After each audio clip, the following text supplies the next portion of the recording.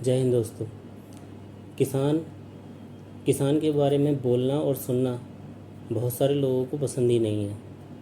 किसान को इतना ज़रूरी विषय माना नहीं जाता, जबकि किसान इस देश का सबसे ज़रूरी विषय है, जिसके बारे में आज हम बोलने जा रहे हैं। और मुझे जो लगता है कि किसान के साथ हमेशा से एक दुर्व्यवहार होता रहा है, जिसका कारण हमारे देश की पुरानी और आज की हमेशा की जो सरकारें हैं वो हैं, और वो किसानों के नेता हैं।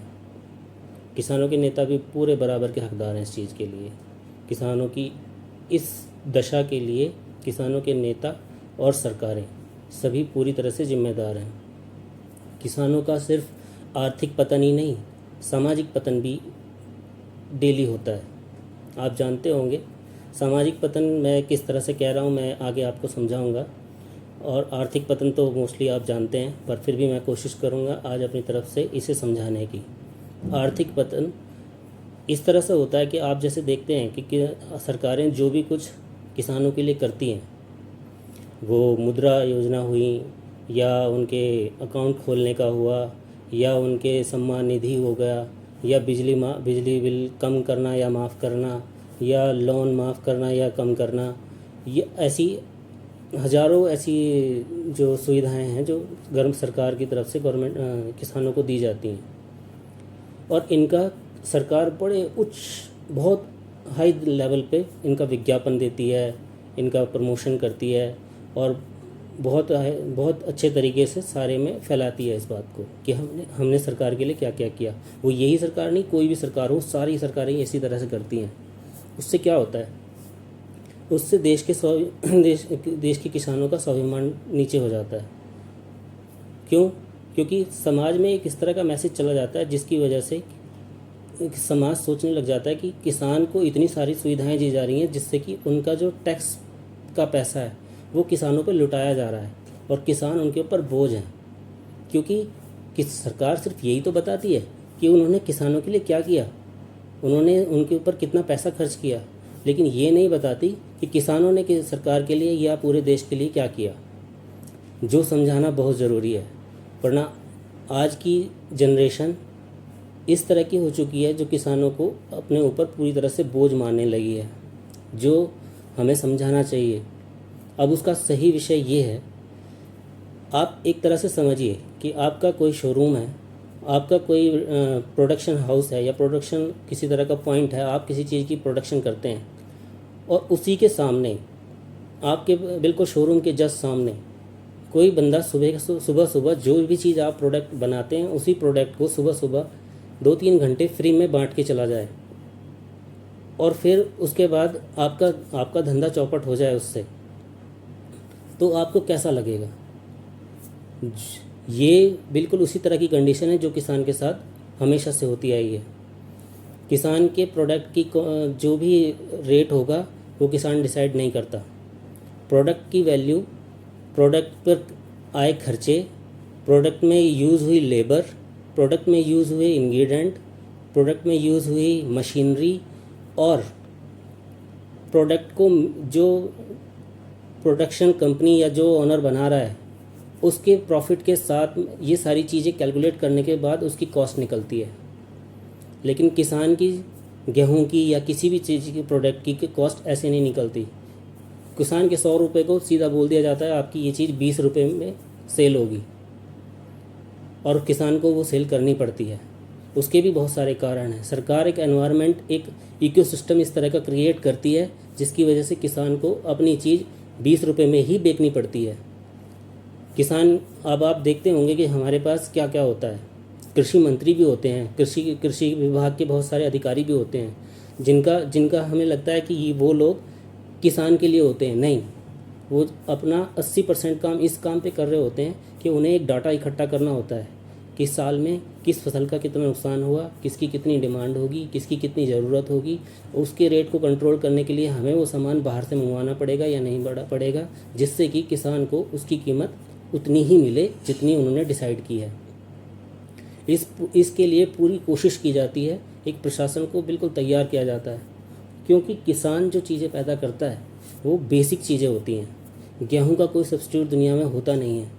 जो भी किसान सब्जियां या फ्रूट जो भी चीज़ें वो पैदा करता है उनका कोई सब्स्टिट्यूट नहीं होता है।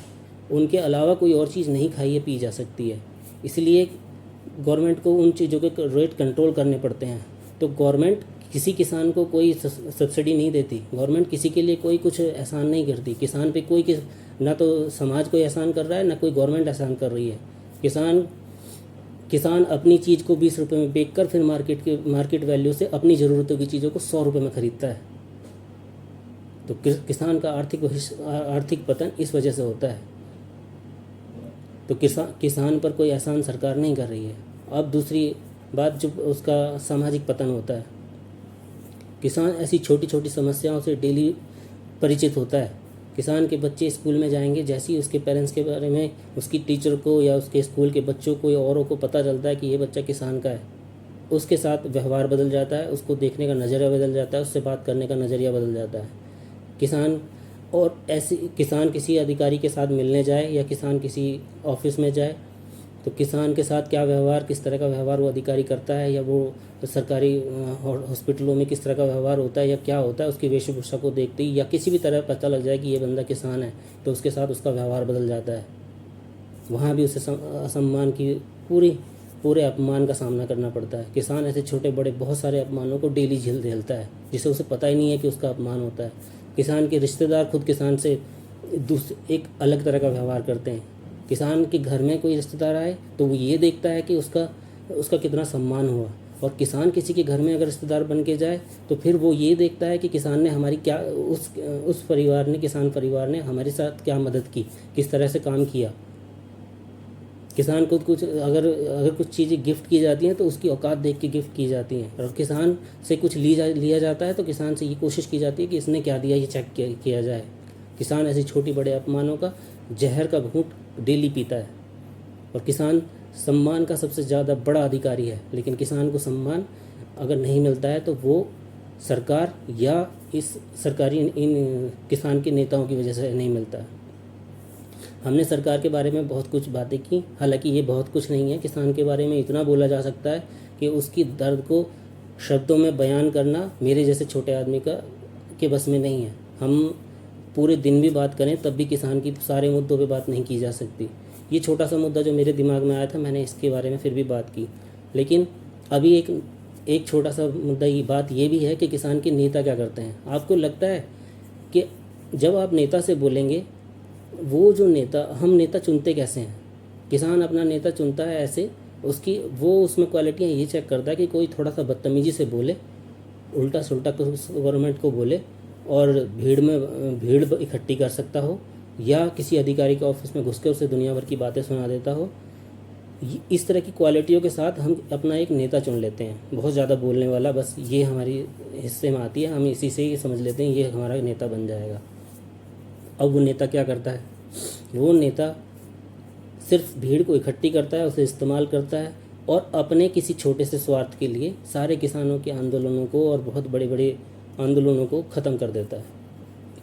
गवर्नमेंट भी सोच लेती है, क्योंकि गवर्नमेंट अपनी बात को किसान को समझा नहीं पाती, क्योंकि किसान के और गवर्नमेंट के बीच में एक पुल बना होता है हमेशा से, वो होता है किसानों का नेता।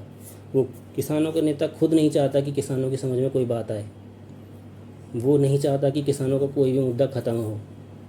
वो अगर ऐसा चाहेगा और कोई मुद्दा ख़त्म हो जाएगा तो फिर वो नेता नहीं रह पाएगा, उसे कौन नेता मानेगा?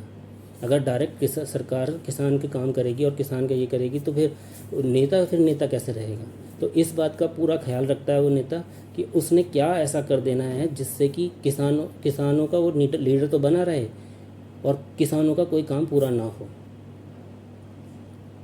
किसान की किसी भी चीज़ की कीमत का वो ना तो वो खर्चा इकट्ठा कर पाता है, ना ही उसको कभी भी वैल्यू मिलती है। प्रोडक्ट की वैल्यू डिसाइड करने का जो फॉर्मूला है वो किसान कभी नहीं लगा सकता। उसके प्रोडक्ट की वैल्यू सीधा किसान एकदम से उस पर गवर्नमेंट थोप देती है, और उसको उसी रेट पे कैसे ख़रीदना है वो ये सब तैयारी करती है। नेता डायरेक्ट अपना किसान से कुछ बेनिफिट उठा लेता है, कोई ठेका ले लेता है या कोई पैसे इकट्ठे कर लेता है, और वो चुपचाप गोल हो जाता है। किसान वहीं का वहीं बेवकूफ़ बना रह जाता है। किसान के साथ ऐसे दुर्व्यवहार और ऐसे हजारों दुर्व्यवहार रोज़ होते हैं, जिसके बारे में सरकार क्या करेगी या नहीं करेगी वो तो हम नहीं जानते, लेकिन मैं अपने जो अभी मुझे सुन रहे हैं, मैं समाज से ये बड़ी नम्र अपील करता हूँ कि हम समाज कोई एलियन नहीं है, किसान कोई बहुत बहुत अलग से नहीं है, किसान हम में से ही हैं, हमारे ही परिवारों में से हैं, हमारे ही रिश्तेदार हैं, हमारे ही रिलेटिव होते हैं। ये सच्चाई है कि किसान अपने व्यवहार या अपने कुछ चीज़ों की वजह से हमें ऐसा लगता है कि वो ऐसी बातें कर रहा है या वो कर रहा है, वो उसकी मजबूरी है और वो उसका एनवायरनमेंट की वजह से उसके अंदर आए हुए हैं। लेकिन कम से कम वो अपमान के योग्य नहीं है। ना तो खुद करें, ना अपने बच्चों को सिखाएं कि वो किसान का अपमान करें। किसान देश के लिए जो करता है वो और कोई समाज नहीं कर सकता। किसान जो भी प्रोडक्ट या जो भी चीज़ें पैदा करता है, किसान समाज के लिए एक ये भी सबसे अच्छा करता है कि इको फ्रेंडली होता है। किसान के काम से एनवायरनमेंट को कोई नुकसान नहीं होता। किसान के काम से एनवायरनमेंट और अच्छा हरा भरा और खुशहाल होता है। हम दुनिया भर के और चीज़ें को प्रोडक्ट बनाते हैं, उनमें दुनिया भर की चीज़ें होती हैं, हम अपना सारा प्रॉफिट जोड़ लेते हैं और किसान से गेहूँ खरीदने के बाद सीधा पैक होने के बाद सीधा सिर्फ उसे पीस कर पैक कर देती हैं और कंपनियां उस पर रेट डबल कर देती हैं। किसान पे हम भरोसा नहीं कर सकते, लेकिन उन कंपनियों को सिर्फ उन्होंने पैक किया है, पीसा है और उसे दे दिया है। हम किसान के, जबकि सब जानते हैं गेहूँ कहीं किसी फैक्ट्री में बनता नहीं है, गेहूँ सिर्फ पैदा किया जाता है। गेहूँ को पैदा करने में 6 महीने लग जाते हैं। गेहूँ को पैदा करने में 6 महीने लगते हैं कटाई तक पहुँचने तक, और उसका रेट 30 रुपये है। और जैसे ही किसान के पास से वो गेहूँ किसी फैक्ट्री के पास गया, उन्होंने उसे ज़्यादा से ज़्यादा 7-8 दिन में पीसा और उसे पैकिंग में डाल दिया, उसका रेट 60 रुपये हो गया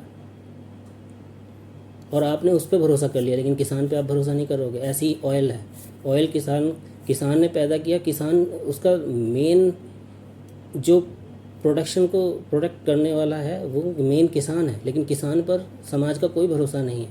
जैसे ही वो चीज़ किसी कंपनी के पास आएगी और वो पैकिंग होकर उस पर उसकी मुहर लग जाएगी, तब वो दुनिया भर की उस पर भरोसा कर लेंगे लोग।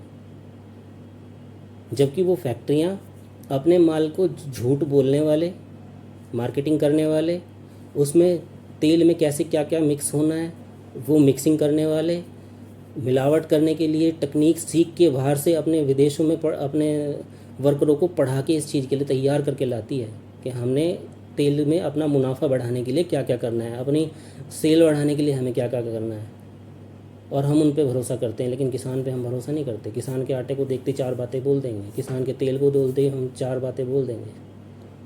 हमें अपने व्यवहार में सुधार करना चाहिए, और आशा है कि मैंने कुछ ऐसा ना कहा हो। मुझे ये नहीं लगता, इस बात से मुझे कोई दुख नहीं है कि किसी ऐसे एरू गैरू के सम्मान को ठेस पहुंच गई हो, लेकिन अगर किसान के सम्मान में अगर कुछ गलत निकल गया हो तो उसके लिए मैं माफ़ी चाहता हूँ। धन्यवाद।